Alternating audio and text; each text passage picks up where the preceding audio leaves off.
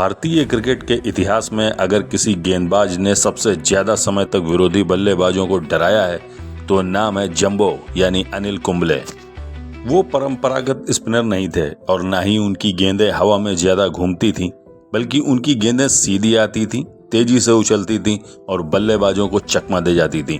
एक ऐसा गेंदबाज जिसने अपने जज्बे, अनुशासन और सटीक लाइन लेंथ से दुनिया के बड़े से बड़े बल्लेबाजों को घुटने पर ला दिया। साल 1990 में लंबे कद और चश्मा लगाने वाला एक खिलाड़ी भारतीय टीम में शामिल हुआ, जो कि ना ही तेज गेंदबाज था और ना ही स्पिनर। जिसके भारतीय टीम में चयनित होने पर कई सवाल उठे, वो कैसे बन गया भारत का सबसे ज्यादा विकेट लेने वाला खिलाड़ी।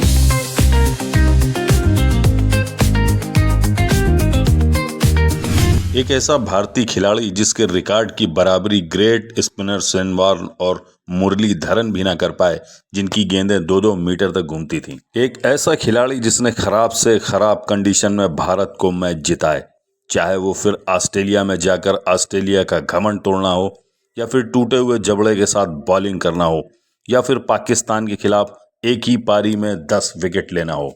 एक ऐसा खिलाड़ी जिसने अपनी कप्तानी में वो कर दिखाया जो उससे पहले भारतीय टीम कभी नहीं कर पाई। एक ऐसा खिलाड़ी जो 18 सालों तक भारतीय गेंदबाजी की जान रहा और रिटायरमेंट के बाद जब उन्होंने भारतीय टीम के मुख्य कोच का पद संभाला तो भारतीय टीम को आईसीसी रैंकिंग में नंबर 1 बनाया। इतने बेहतरीन कोच होने के बावजूद भी क्यों उन्होंने मात्र 1 साल में ही अपने पद से इस्तीफा दे दिया? क्यों भारतीय कप्तान विराट कोहली उन्हें पसंद नहीं करते थे और विराट ने ऐसी क्या साजिश की कि उन्हें भारतीय टीम छोड़कर मात्र 1 साल में ही जाना पड़ा? तो चलिए शुरू करते हैं। 17 अक्टूबर साल 1970 के दिन कर्नाटक के मैसूर शहर में अनिल कुंबले का जन्म हुआ था। उनकी मां सरोजा और पिता कृष्णास्वामी केरल के कुंबाला से संबंध रखते थे।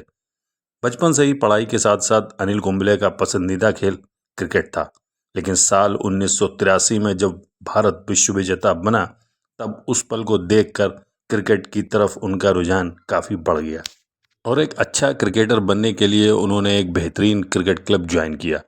क्रिकेट में दिलचस्पी होने के बावजूद उन्हें पढ़ाई के प्रति कभी भी लापरवाही नहीं की।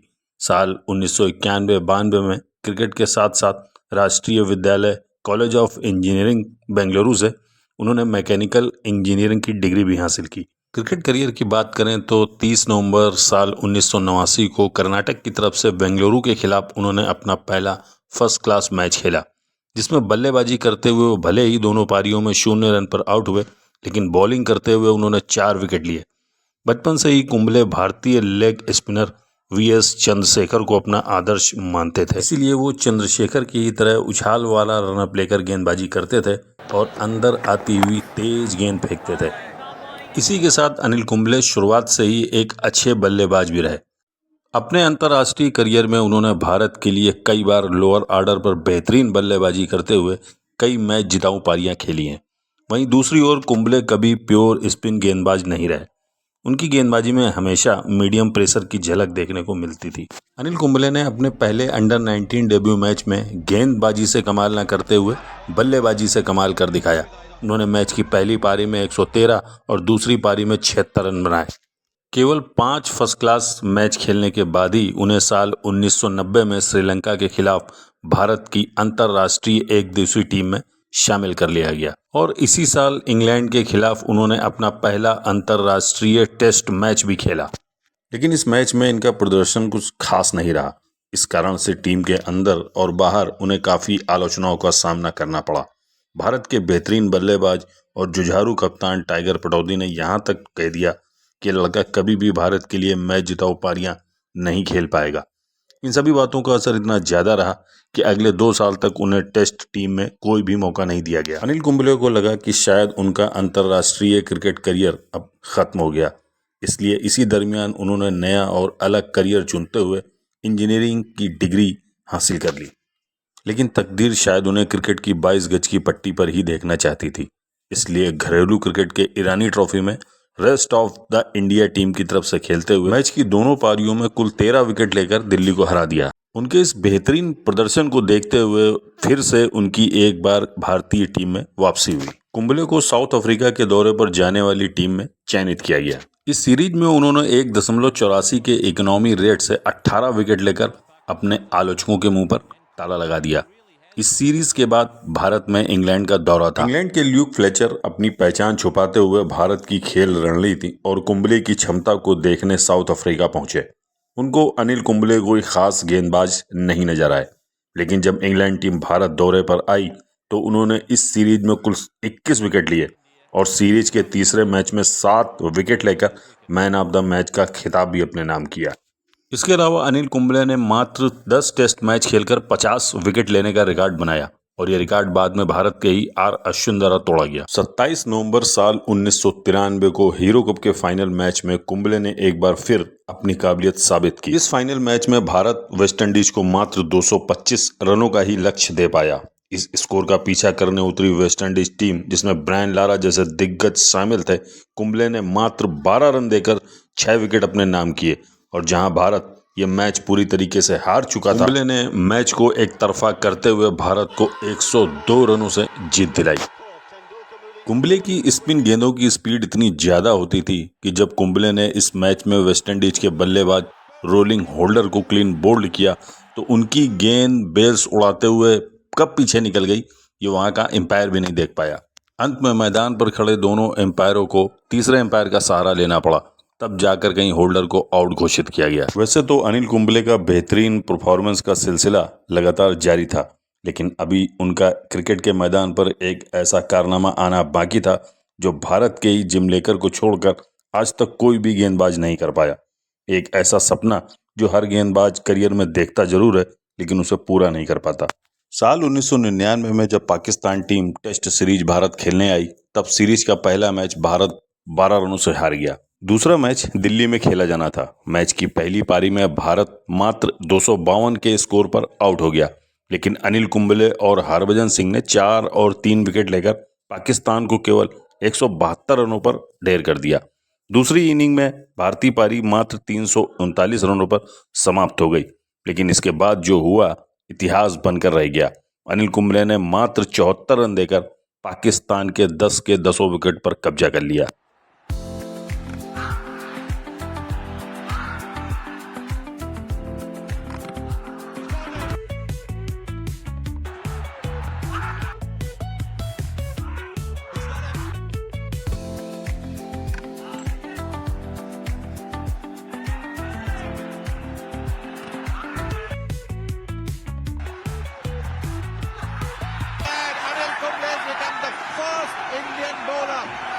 वैसे तो अनिल कुंबले के साथ और उनके पहले भी क्रिकेट जगत में कई महान स्पिनर रहे हैं, लेकिन उनमें और कुंबले में डिफरेंस ये था कि वो अच्छी स्पिन पेच और कंडीशन में ही बेहतरीन गेंदबाजी कर पाते थे। लेकिन अनिल कुंबले किसी भी पिच और किसी भी कंडीशन में किसी भी देश में अच्छा परफॉर्मेंस करने की काबिलियत रखते थे।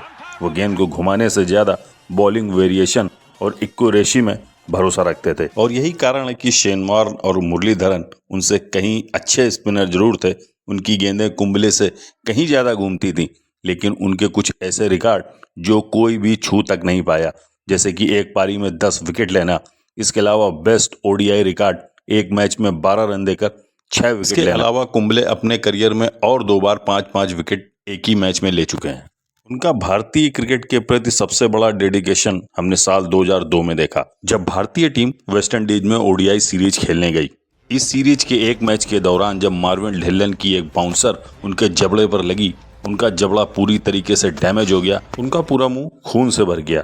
उनकी जगह शायद कोई और खिलाड़ी होता तो मैच से बाहर हो जाता, लेकिन उन्होंने बैंडेज लगाकर भारत की तरफ से 14 ओवर बॉलिंग की और वेस्टइंडीज के सबसे महत्वपूर्ण विकेट ब्रायन लारा को पवेलियन का रास्ता दिखाया। उनके इस साहसिक योगदान को विवियन रिचर्ड्स से लेकर कई दिग्गजों ने सराहा। साल 2004 में कुंबले ने टेस्ट क्रिकेट में 400 विकेट का आंकड़ा पार किया। यह आंकड़ा उन्होंने कपिल देव से 30 मैच कम खेलकर पार किया था। साल 2007 में भारत जब वर्ल्ड कप में हार गया था, इसी हार के बाद उन्होंने ओडीआई मैचों से संन्यास ले लिया था। इसके बाद भारत के नए कप्तान बने महेंद्र सिंह धोनी। इधर अनिल कुंबले के 17 साल के टेस्ट क्रिकेट अनुभव और सबसे बेहतर समझ को ध्यान में रखते हुए उन्हें टेस्ट टीम का नया कप्तान बनाया गया। कप्तान बनने के बाद होने वाली भारत बनाम पाकिस्तान की 3 मैचों की सीरीज को उन्होंने 1-0 से जीता। भारत ने 27 साल बाद पाकिस्तान के खिलाफ कोई सीरीज भारत में जीती थी। उनकी सटीक बॉलिंग, अनुभवी कप्तानी और बेहतरीन बल्लेबाजी क्रिकेट के हर डिपार्टमेंट में भारत के लिए बेहतर से बेहतर किया। अनिल कुंबले 136 टेस्ट मैचों की 236 पारियों में 619 विकेट लेकर टीम इंडिया के सबसे सफल कप्तान रहे। वहीं 271 ओडीआई मैचों की 265 पारियों में उन्होंने 337 विकेट लिए और एक बल्लेबाज के तौर पे उन्होंने कई बार भारत के लिए कई मैच जिताऊ पारियां खेली और एक टेस्ट शतक भी लगाया। और 2 नवंबर साल 2008 को वो दिन आया जब अनिल कुंबले ने क्रिकेट के हर फॉर्मेट से संन्यास ले लिया।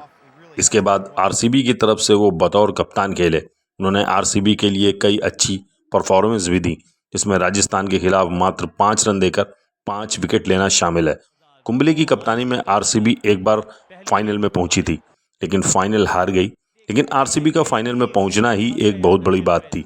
इसके बाद वो आईपीएल से रिटायर हुए और आरसीबी में ही मेंटोर बन गए। इसके बाद उन्होंने मुंबई इंडियंस के लिए भी बतौर मेंटोर काम किया और इसी साल मुंबई इंडियंस ने अपना पहला आईपीएल टाइटल भी जीता। उनकी इसी काबिलियत को देखते हुए साल 2016 में कुंबले को भारतीय टीम का हेड कोच बनाया गया।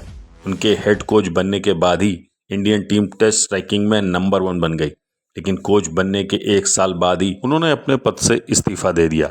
इसका मेन कारण थे विराट कोहली, क्योंकि अनिल कुंबले काफ़ी स्ट्रेट फॉरवर्ड और स्ट्रिक्ट किस्म के कोच थे। क्योंकि विराट कोहली भी भारतीय टीम में काफ़ी बड़ा नाम थे और उनको ये कतई पसंद नहीं था कि कोई उनसे हार्श बिहेवियर से बात करे या उनको स्ट्रिक्ट अनुशासन में रखे।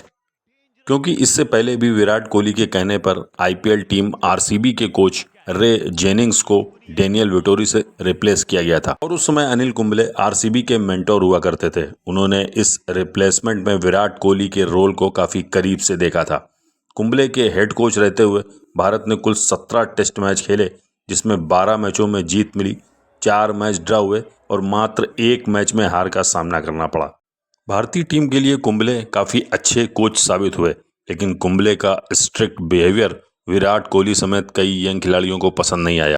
लेकिन कुंबले से मेन प्रॉब्लम थी विराट कोहली को और इसी इरिटेशन के चलते इंडिया ऑस्ट्रेलिया वाली सीरीज में विराट का प्रदर्शन भी काफ़ी खराब रहा था। हालत ये हो गई थी कि उन्होंने सीरीज का चौथा मैच किन्हीं कारणों से नहीं खेला। उनकी जगह कप्तानी मिली अजिंक्य रहाणे को और रहाणे ने बेहतरीन कप्तानी करते हुए भारत को ये मैच जितवा दिया। अगले मैच में रहाणे और कुंबले ने मिलकर विराट कोहली को रिप्लेस करते हुए स्पिनर कुलदीप यादव को जगह दी और इस बारे में विराट कोहली से कोई बातचीत नहीं हुई, क्योंकि विराट कोहली एक बल्लेबाज हैं और उनकी जगह एक गेंदबाज को दी गई। ये बात विराट कोहली को काफ़ी खराब लगी। इसी वजह से दोनों के बीच एक लकीर खिंच गई, जिसमें कुछ खिलाड़ी कुंबले के साथ और कुछ विराट कोहली के साथ हो गए। कुंबले कोच रहते हुए अपना बेस्ट दे रहे थे, लेकिन अंत में इसी रसाकसी में उन्हें अपने पद से इस्तीफा देना पड़ा। अनिल कुंबले और विराट कोहली का यह विवाद भले ही भारतीय क्रिकेट का काला अध्याय रहा हो, लेकिन सच यही है कि दोनों ने ही विश्व क्रिकेट में भारत का नाम हमेशा ऊंचा किया है। तो दोस्तों, अनिल कुंबले सिर्फ एक गेंदबाज ही नहीं बल्कि क्रिकेट की पूरी पाठशाला थे। यह कहानी थी उस जंबो की जिसने दुनिया भर के क्रिकेटरों को घुमाया बिना अपनी गेंद को ज़्यादा घुमाए हुए।